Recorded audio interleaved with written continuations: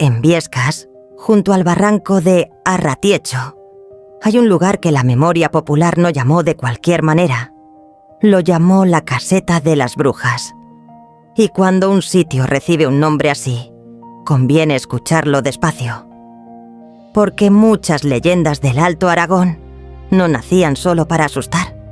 También servían para marcar el paisaje, para decir, cuidado, aquí hay algo que el pueblo no quiso olvidar.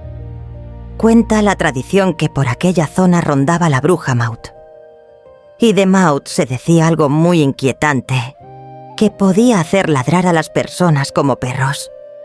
No era solo miedo a una bruja, era miedo a perder la voz, a dejar de hablar como una persona, a quedar rebajado por una fuerza que nadie sabía explicar.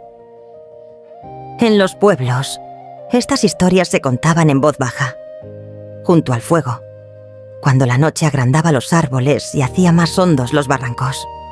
Y quizás servían para advertir a los niños, a los curiosos, o a cualquiera que creyera que una caseta solitaria en el monte era solo una caseta, porque según la leyenda, allí se reunían las brujas. Una noche, un sastre se acercó más de lo debido. No buscaba un misterio, pero el misterio lo encontró a él. Dicen que se topó con un aquelarre, sombras, ritos, y en medio de todo aquello, el diablo, bajo forma de macho cabrío. El sastre vio demasiado, y entonces hizo algo tan absurdo como valiente.